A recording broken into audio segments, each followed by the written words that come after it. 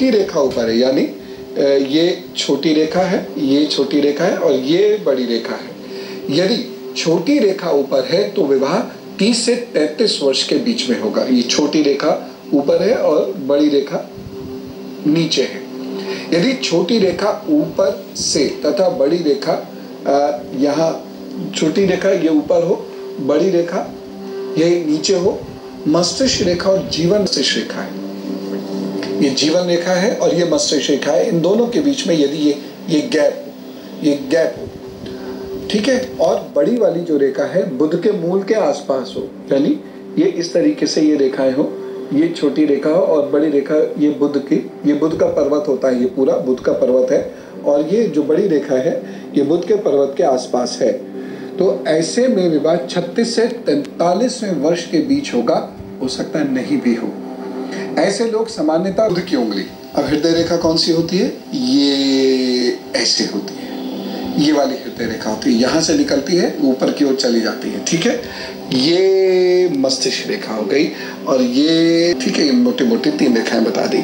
तो हृदय रेखा से बुध की उंगली, ये वाली जो है बुध की उंगली का गैप, यहाँ हृदय रेखा से बुध की उंगली, ये इतने बीच में ये करीब 77 वर्ष का ये हिस्सा होता है, 70 के आसपास ये हिस्सा होता है। अब आपकी बड़ी रेखा जहां पड़े वो विवाह की उम्र हो जाती है। ये यहां से यहां के बीच में आप 35 वर्ष में होगा।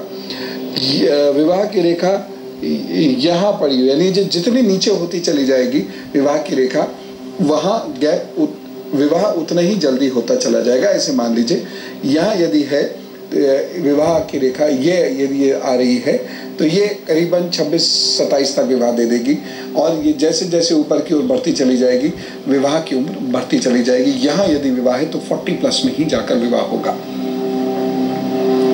इस तरीके से विवाह की उम्र नाप ली जाती है। यदि कि रूप से शाम को जप करा और वो भी बहुत ध्यान से ये जप करना है, या फिर गणेश चालीसा पढ़ सकते हैं आप, या गणेश सहस्त्र नाम का जप भी कर सकते हैं जो बहुत ही उत्तम होता है।